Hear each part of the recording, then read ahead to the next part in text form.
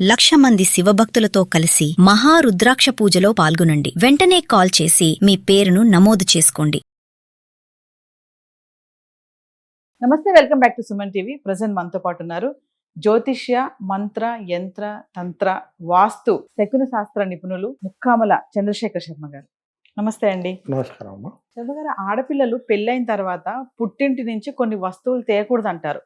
కొంతమంది అయితే అన్ని తెచ్చుకుంటారు అనుకోండి. ఇప్పుడు కిరాణా సామాన్లు కానీ, ఉప్పు, పప్పు, బియ్యం అవి కూడా తెచ్చుకుంటారు. ఇంకా చీపురి, ఇంకా చెప్పాలంటే చింతపండు, ఇలాంటివి కూడా తెచ్చుకుంటారు. నూనె కూడా తెచ్చుకునే వాళ్ళు కూడా ఉన్నారు. అంటే కొంతమంది అటాచ్మెంట్ అలా ఉంటుంది, పక్క పక్కనే ఉంటారు. కొంతమంది అదే ఏరియాలో ఉంటూ ఉంటారు, తల్లి కూతురు కూడా, అంటే పేరెంట్స్కి ఇంటి దగ్గరలో. మరి అసలు పెళ్ళైన ఆడవాళ్ళు పుట్టింటి నుంచి కొన్ని వస్తువులు తేయకూడదని కూడా కొంతమంది చెప్తూ ఉంటారు. తేవడం వల్ల కొన్ని నష్టాలు జరుగుతాయి అంటారు. ఏ వస్తువులు అసలు తేయకూడదు, వాటిని తెస్తే జరిగే నష్టాలు ఏంటి అంటే ఒకసారి. పెళ్ళైన స్త్రీ అసలు మామూలుగా తనకున్నటువంటి కట్టుబట్టలతోటే భర్త ఇంటికి రావాలి. ఏ వస్తువులు తీసుకురాకూడదు, అసలు ఏ వస్తువులు తీసుకెళ్ళకూడదు చెప్పేశారు మీరు ఫస్టే.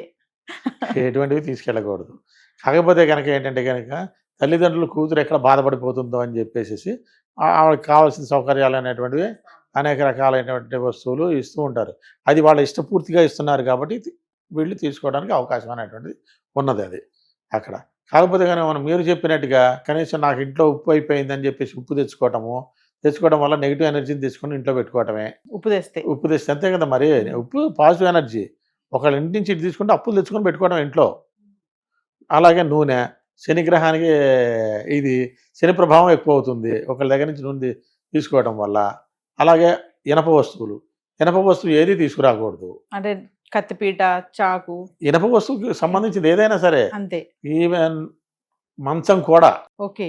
Cot, double cot, single cot అని ఐరన్ మంచాలు ఉంటాయి కదా, ఐరన్ మంచాలు, ఆ మంచాలు కూడా తీసుకోకూడదు. పుట్టింటి వాళ్ళు మంచాలు చేయిస్తారు కదా, చేయించినప్పుడు వాటికి సంబంధించినంత వరకు ఎంతో అంత మనం రూపాయి అన్నా ఇచ్చేయాలి. తల్లిదండ్రులకి ఇచ్చేసి తెచ్చుకోవాలి. ఎందుకంటే ఇప్పుడు పెళ్లి అయిపోయిన స్త్రీ ఆ ఇంటి ఆడపడుచు కాదు, ఆ ఇంటి స్త్రీ కాదు, పరాయి స్త్రీ ఆమె. మనం వేరే వాళ్ళకి పెళ్ళి అయిపోయి వెళ్ళిపోయింది ఆమె. ఆ గోత్రనామాలన్నీ మారిపోతాయి. ఆ ఇంటి స్త్రీ అయినప్పుడు మనం ఎవరో ఇనుము వస్తువు మనకి ఇస్తారంట. మనం ఊరికనే తీసుకున్నాం అనుకోండి, శనీశ్వరుని తీసుకొచ్చి మన ఇంట్లో కూర్చోబెట్టుకున్నట్టే. ఫ్రీగా ఇవ్వకూడదు. ఫ్రీగా ఇనప వస్తువు అనేటువంటిది ఏది తీసుకోకూడదు. ఇనప వస్తువు మీరు ఇప్పుడు ఈ కాలంలో అయినా సరే ఏదైనా మనకి తెలిసింది ఒక వెహికల్ ఇస్తారు, నా వెహికల్ వాడుకోండి అని చెప్పిస్తారు. వాడుకుంటాం, మనం తీసుకుని బాగానే ఉంది, కారు చాలా బాగుంది, లేదా 2 వీలర్ బాగుంది, తీసుకుని వాడుకుంటాం, బాగానే ఉంటుంది. కానీ దాని ప్రభావం మనకు ఉంటుంది, చెడు ప్రభావం అనేటువంటిది ఖచ్చితంగా తగులుతుంది. అందుకని మనకి ఇచ్చేసేటైతే పూర్తిగా బజార్కి వెళ్ళేసి వస్తాము, లేదా 2 రోజులు, 1 వారం రోజులు వాడుకొని ఇస్తామంటే పెద్ద ఇబ్బంది ఏం లేదు మనకి. మొత్తానికి మనకి ఇచ్చి మీరు ఇచ్చి నా దగ్గర వేరే వెహికల్ ఉందిలే, నేను అమ్మేట ఇష్టం లేదు, ఇది ఉంచేసుకో అని చెప్పి మనకి ఇచ్చేవాళ్ళ స్నేహితులు చాలా మంది ఉన్నారు ఇవాళ రేపు. మంచి వాళ్ళు ఉన్నారు, చెడు రకం ఉంటారు కాబట్టి వాడుకోమని ఇస్తారు. లేదంటే ఫ్రిడ్జ్ వాడుకోండి అని ఇస్తారు, ఇంకోటి ఏదన్నా వాడుకోండి అని. తల్లిదండ్రులు ఏంటంటే కొత్త ఫ్రిడ్జ్ కొన్నానులే, వాడేయటం ఎందుకు, ఈ ఫ్రిడ్జ్ తీసుకెళ్ళి నువ్వు పెట్టుకో, నీ ఇంట్లో లేదు కదా అని అంటారు. కొన్ని సంవత్సరమే కదా అయింది ఫ్రిడ్జ్, బాగుందని. లేదా కారు కొత్త మోడల్ రాగానే ఈ కారు మీరు తీసుకెళ్ళండి, నేను కొత్త కారు కొనుక్కుంటాను అంటే, ఈ కారు సరే కూతురు నాకు ఇస్తున్నారు కదా, నాన్నగారు ఇస్తున్నారు కదా అని తెచ్చుకుంటాం మనం. అది తెచ్చుకోవడం వల్ల ఇనప ప్రభావాన్ని తెచ్చుకొని మనం మోసుకుంటున్నట్టే. అది తెచ్చుకున్నప్పుడు తల్లిదండ్రి అయినా సరే ఎవరైనా సరే మీకు తోచినంత రూపాయి అనే 10,000 కావచ్చు, 20,000 కావచ్చు, అంతేనా మీకు తోచినంత వాళ్ళకి సమర్పించడం అనేటువంటిది చాలా మంచిది. అందించడం వల్ల వాడి యొక్క చెడు ప్రభావం అనేటువంటిది మనకు తగలకుండా ఉంటుంది. అంటే ఈ విషయాలు కొంతమంది తెలిసి కూడా చేస్తారు కదండి. ఇది ఇప్పుడు మీరు అన్నారు కొన్ని కత్తిపీట, చాక్ అన్నారు, లైక్ చింతపండు ఉంది, బియ్యం ఉంది. నెగ్లిజెన్సీ అమ్మ, మనం అనకూడదు ఆ మాట. అంటే కనుక జనాలందరూ ఇది చేస్తారు. మన మనుషుల్లో నెగ్లిజెన్సీ అనేటువంటిది 100కు 100% ఉంది. ఆ నెగ్లిజెన్సీ ఉండటం వల్ల మనం అనేక రకాలైనటువంటి ఇబ్బందులు పడుతున్నాము. చిన్న వస్తువుల దగ్గరే నెగ్లిజెన్సీ, పెద్ద వస్తువుల దగ్గర చాలా జాగ్రత్తగా ఉంటారు. చిన్న వస్తువుల దగ్గరికి వచ్చేసరికి నెగ్లిజెన్సీ వచ్చి ఏమవుతుందిలే అనుకుంటాము. దానివల్లే ప్రభావం కలుగుతుంది. ఆ ప్రభావం చెడు ప్రభావం కలిగేసరికి అది వాళ్ళు తెలుసుకోలేకపోతారు. ఆ చిన్న పెద్దవి పూర్తిగా మనం మునిగేంత వరకు తెలియదు మనకి. మునిగిన తర్వాత అయ్యో నేను ఇట్లా అయిపోయినా, దీనికి కారణం ఏంటి అని అప్పుడు ఎత్తుక్కుని ఉపయోగం ఏముంది? చేతులు కాలేక ఆకులు పట్టుకుని ప్రయోజనం లేదు. చేతులు కాలకముందు ఆకులతో పట్టుకునే గిన్నె చేతులు కాలకుండా ఉంటాయి. కాబట్టి అందుకని మన వాళ్ళు ఏమని చెప్పారంటే, పురాణాలు, మీకు తెలిసినటువంటి విజ్ఞానమైనటువంటి పుస్తకాలు చదవమని చెప్పారు. అవేమి చదవట్లేదు ఇవాళ రేపు. ఐఫోన్లును ఈ ఫోన్లు వచ్చిన ఫోన్లు ఇన్స్టాగ్రామ్లు ఇవి చూసుకోవడమే సరిపోతున్నది. వాళ్ళకి ఇక నాలెడ్జ్ ఎక్కడి నుంచి వస్తుంది? రాదు. ఏమవుతుందిలే ఏమో ఆ ఒంటి మీదకి వచ్చి అంతా ఇదయ్యేంత వరకు ఇది ఉంది. ఇప్పటికిప్పుడు ఉన్న పరిస్థితుల్లో క్షుద్రశక్తుల ప్రభావం అనేటువంటిది చాలా విపరీతంగా ఉన్నది. కలికాలం ఒకటి. కలికాలంలో కలి అనేటువంటిది తొందరగా ఇంపాక్ట్ చేస్తాడు. చెడుని ఎక్కువ ఇది చేస్తాడు.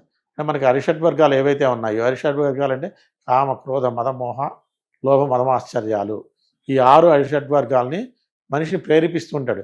ఎప్పుడు అవకాశం దొరుకుతుందా, ఎప్పుడు అటాక్ చేద్దామా అని చూస్తూ ఉంటాడు. ఏ మాత్రం సూది మనం దొరికినంత సందు దొరికినా మన మీద అటాక్ చేస్తాడు. ఒకసారి అటాక్ చేసేటంటే మనం వాటి నుంచి బయటపడటం కష్టం. సో మనం సాధ్యమైనంత వరకు భగవన్నామ స్మరణ, మీరు మీకు ఇష్టమైన దైవాన్ని ఎవరినైనా ప్రార్థించుకొని భగవన్నామ స్మరణ చేస్తుంటే కలి ప్రభావం అనేటువంటి మన జోలికి రాకుండా మన దీంట్లో మనం ఉంటాం. ఒకటి. రెండోది, అయాచితంగా వస్తున్న వస్తువు ఏది మనం తీసుకోకూడదు. ఒక వస్తువు మనకు అనవసరం, కొనుక్కోవాలి. ఆ వస్తువు మీద మనకు ఇష్టపడ్డాము, వాళ్ళకి కావాల్సినటువంటిది ఎంతో కొంత డబ్బులు ఇచ్చేసేసి మనం కొనుక్కోవడం, అప్పుడు మన సొంతం అవుతుంది. దాని మీద మన ప్రభావం అనేటువంటిది ఏముండదు అనమాట. అంటే ఎంతో కొంత ఇచ్చి తెచ్చుకోవడం అనేది రూపాయి ఇవ్వండి, రూపాయి ₹1 కాయిన్ ఇవ్వండి, మొత్తానికి ఫ్రీగా తెచ్చుకోకూడదు. మీరంటే అభిమానం నాకు, సరే ఇదిగో తీసుకోండి అని చెప్పేసి నేను ఒక టీవీ ఇచ్చాను అనుకోండి, లేదా ఒక స్కూటరో ఒక సైకిలో ఇచ్చాను అనుకోండి, మీరు తెచ్చుకోకండి. ₹1 ఇవ్వండి, ఊరికనే తీసుకోకూడదు. ₹1 ఉంచలే అని చెప్పేసి ఇచ్చేసి మీరు తెచ్చుకోండి. మీ మీద ఎటువంటి ప్రభావం ఉండదు. అంతేగాని ఫ్రీగా మాత్రం తెచ్చుకుంటే నష్టాలు ఉంటాయి. అది అనేక మార్గాలు ఇబ్బంది పడాల్సి వస్తుంది. అందుకనే మనం ఏంటంటే కనుక వేటిల్లో అయినా సరే ₹1 కాయిన్ అనేటువంటిది కంపల్సరీగా పెట్టాలి అని అంటారు. ₹1 కాయిన్ ఇప్పుడు మీరు 10,000 పెట్టండి, ఒక కాయిన్ కూడా పెట్టమంటారు. ఎందుకంటే ఆ కాయినే మనని రక్షిస్తూ ఉంటుంది ఎప్పుడు సదా. కాబట్టి కాగితాల నోట్లు 10,000 ఇచ్చారా, ₹1,00,000 ఇచ్చారా అని లెక్క కాదు. ఆ కాయిన్ ధనలక్ష్మి స్వరూపం. అంటే ఇది వరకు రాగి రూపంలో, వెండి రూపంలో, వెండి coin, silver coin, gold coin plus copper coin ఉండేవి రాజుల కాలం నుంచి. అవన్నీ క్రమేణా తగ్గుతూ వచ్చినాయి. కాబట్టి ఇప్పుడు మామూలు మనం తయారు చేసే మామూలు రూపాయి నాణ్యం వచ్చింది. ఆ రూపాయినే కాయిన్ అంటున్నాం మనం. దాన్నే వాడుక భాషలో కాయిన్ అంటాం. కాబట్టి ఆ కాయిన్ ₹1 అయినా పెట్టి తాంబూలం ఇచ్చేటప్పుడు ఎవరికైనా సరే కంపల్సరీ ₹1 ఇచ్చి దానం చేయాలి. రూపాయికి అంత అంటే ఆ పెట్టే కాయిన్ కి అంత వాల్యూ, రూపాయి కాదు కానీ అక్కడ వాల్యూ ఉన్నది. రూపాయి మ్యాథమెటిక్స్ లో 0కి ఎంత వాల్యూ ఉందో ఆ ₹1 కాయిన్కి అంత వాల్యూ ఉందన్నమాట. నమస్తే.